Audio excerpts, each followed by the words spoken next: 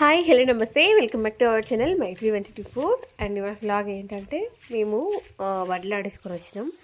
ఎన్ని మూట్లు అయినాయి, అది ఎన్ని ప్యాకెట్లు అయినాయి, ఇప్పుడు ప్రజెంట్ కాస్ట్ వాటి ఎంత అమ్మడిపోతున్నాయి బియ్యము, ఇంకా అట్లనే కోపిచ్చిన దానికి కూడా నేను కాస్ట్ చెప్పలేదు. సో అది ఏ కాస్ట్లో ఉంది అనేసి సో ప్రస్తుతానికైతే ఈ వీడియో వచ్చేసి మీరు చూస్తున్నారని నిన్నడనమాట. గొర్రెపిల్లలన్నీ తిప్పినప్పుడు రోజుకి మేత పెరుగుతూ ఉందన్నమాట. వాటికి వేసేది బాగా తింటున్నాయన్నమాట.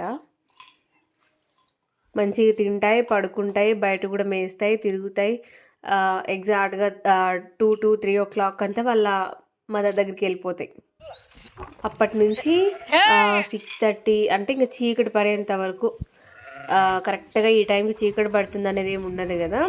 ఒకరోజు 6:30కి అవుతుంది, ఒకరోజు 6కి అవుతుంది, కొన్నిసార్లు 7 అయినా కూడా అంతగా చీకటి ఏమి ఉండదు. సో అంతవరకు కూడా గొర్రెలు మేస్తూ ఉన్నాయి.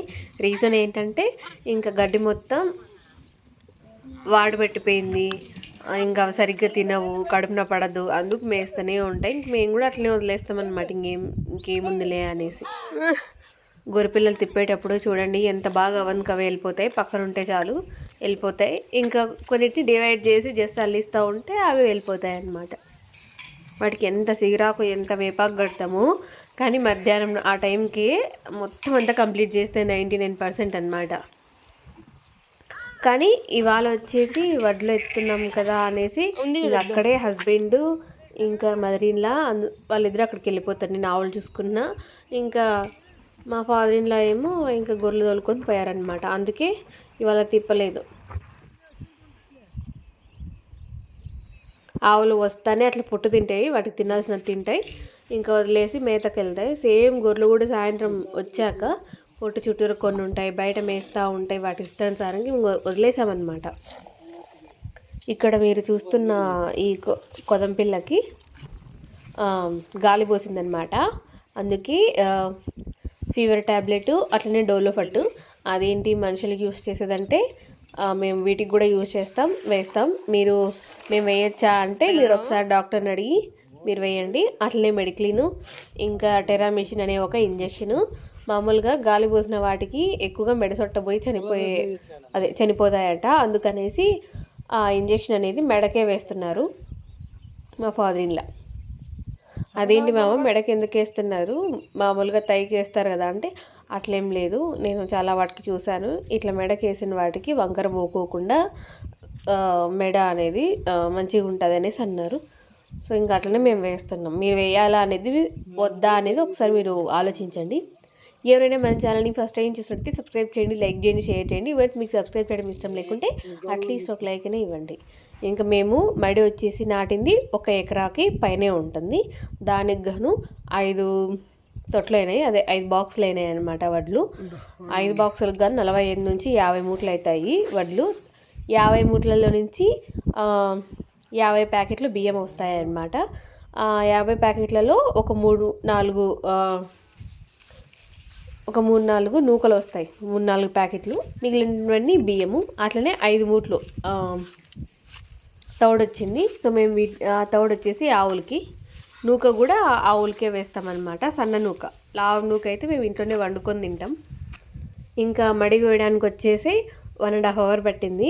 ఆ హవర్కి వచ్చేసి మేము ఇంకా డబ్బులు పే చేయలేదు, కాకపోతే బయట నడుస్తుంది 2500 అంటున్నారు per hour. సో చూద్దాం మరి ఎంత కాస్ట్కి ఇస్తాము వాళ్ళకి. ఇంకా బియ్యం కాస్ట్ వచ్చేసి పాతవైతే 4400 నుంచి 4600 ఉన్నాయంట. అవే ఇప్పుడు ప్రజెంట్ కొత్త బియ్యం అయితే 4000కి అమ్ముతున్నారంట. ఇంకా వీటి మొత్తం మడి స్టార్ట్ చేసినప్పటి నుంచి ఎండ్ ఆఫ్ ద డే ఈ రోజు వరకు మాకు వచ్చిన పెట్టుబడి మొత్తం 40,000. లాస్ట్ ఇయర్ కూడా మాకు 50-50 వచ్చింది. సగం పెట్టుబడికి పోయింది, బియ్యం అమ్మిన దాంట్లో సగం మిగిలిపోయింది అనమాట. అంటే ఇప్పుడు 40,000 అనుకోండి, మొత్తం 80,000 అనమాట. 80,000లో ఇంకా 40,000 సగం బియ్యం అమ్ముకోవచ్చు. మిగిలిన 40,000కి సగం బియ్యం అట్లనే మన దగ్గర ఉంటాయన్నమాట. సో వాటిలో కూడా సగం అమ్మేసుకుంటాం, సగం ఉంటాయన్నమాట.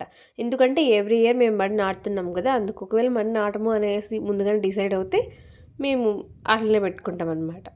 ఇంకా మా దగ్గర పాత బియ్యమే ఒక 6 ప్యాకెట్లు అంటే 3 మూట్ల బియ్యం ఉన్నాయన్నమాట.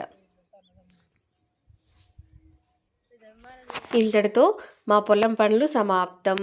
ఇంకా చేనులో అలసంద ఉన్నాయి. ఒక 15 డేస్ 20 డేస్ తర్వాత వాటిని మాట్లాడేయచ్చు. అదే దాంట్లోకి వెళ్ళి ఇంకా పిక్కొని రావచ్చు అనమాట. అలసందలు రీసెంట్గానే పిక్కొని వచ్చినారు.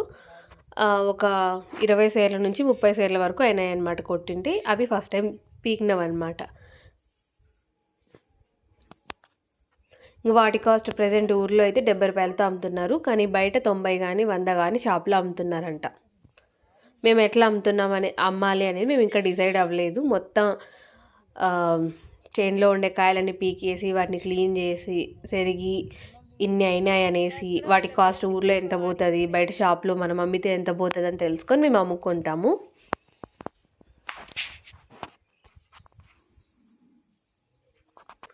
ఇప్పుడు వరి నాటినాం కదా, దాంట్లో మొత్తం ఇంకొన్ని రోజులకి సేద్యం చేసి ఎండకారికి ఇంకా మేత ఉండదు కదా గొర్రెలకు, అందుకు వాటికి జొన్న చల్లుతాం అనమాట. జొన్న కానీ ఉలవ కానీ మోస్ట్లీ జొన్ననే చల్లుతాం.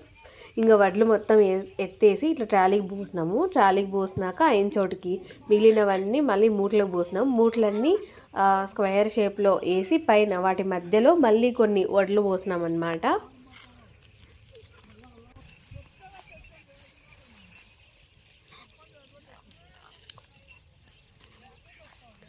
ఇంకా వరగడ్డి విషయానికి వస్తే ఏదో ఒక రోజుకి 2 రోజులకి అట్లా ఏదో కేకి కుప్పెట్టేసినాం, కానీ కొంచెం గలీజ్ అయిపోయింది వర్షం రావడం వల్ల. కొంచెం బాగుంది. ఇంకొకసారి నేను మిమ్మల్ని అడుగుతున్నాను, ఎవరైనా మన ఛానల్ని ఫస్ట్ టైం చూసినట్టయితే సబ్స్క్రైబ్ చేయండి, లైక్ చేయండి, షేర్ చేయండి. వన్స్ మీకు సబ్స్క్రైబ్ చేయడం ఇష్టం లేకుంటే అట్లీస్ట్ ఒక లైక్ అయినా ఇచ్చేయండి.